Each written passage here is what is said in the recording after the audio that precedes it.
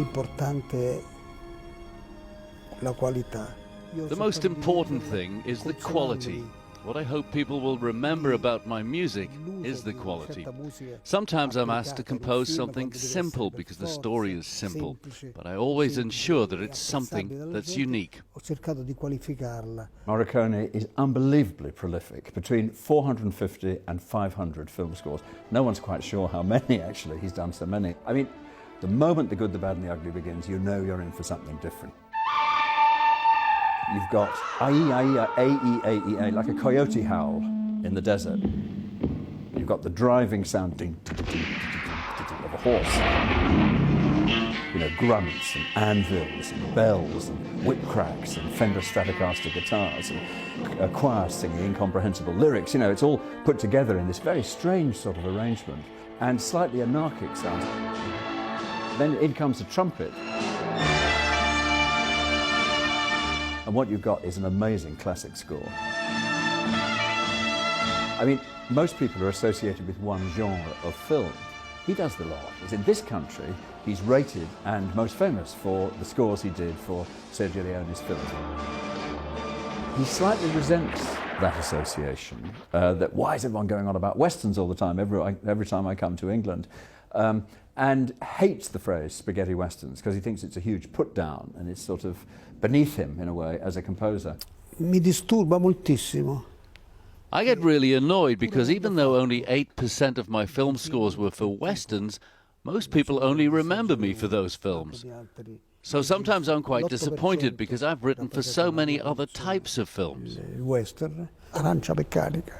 A Clockwork Orange. Io ho accettato tutto quello che mi diceva di... I really regret not making the music for that. Stanley Kubrick asked me to compose the music and I accepted.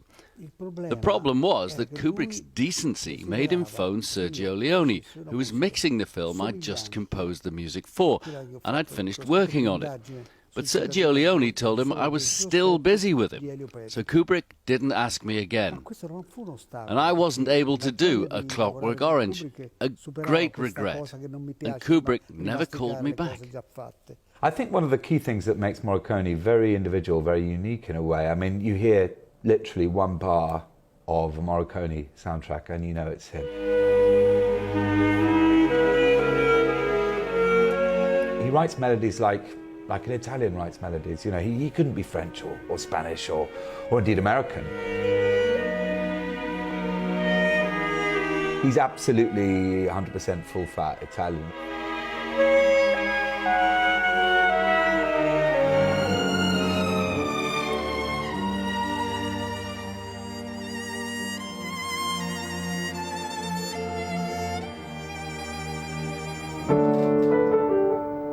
If you look at Gabriel's theme, you know, Gabriel being the Jeremy Irons character in The Mission, there's something about the way that that melody kind of curls in on itself. It's densely embroidered as well as somehow very pure and forthright.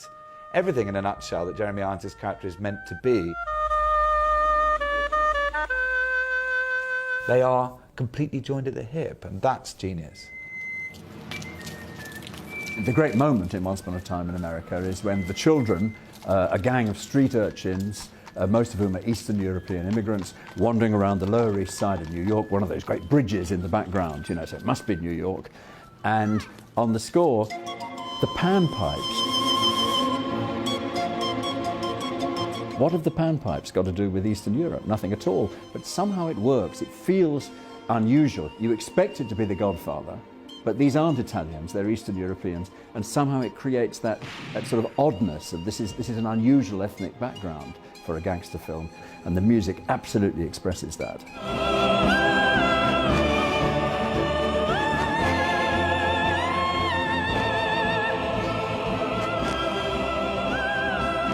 Certainly the most prolific film composer ever, possibly the most prolific modern composer. But when you confront him with this, he says, you know, compared to Bach, I'm underemployed. Bach used to produce a mass a week, 4 a month. I only produce 1 film score a month. Bach è soltanto il beat. I use Bach as a brick to build a wonderful music score, just like an engineer uses different bricks to build a wonderful palace. I use Bach to build a music score that can give dignity to a film, because you must remember that my music is always at the service of a film and lies at its heart. Una musica che serve, che occorre al film.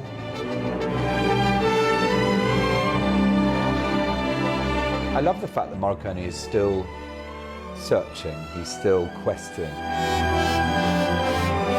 he's still composing in his mid to late 80s now. He's someone who will carry on. I wouldn't be surprised if he was still writing the day he died.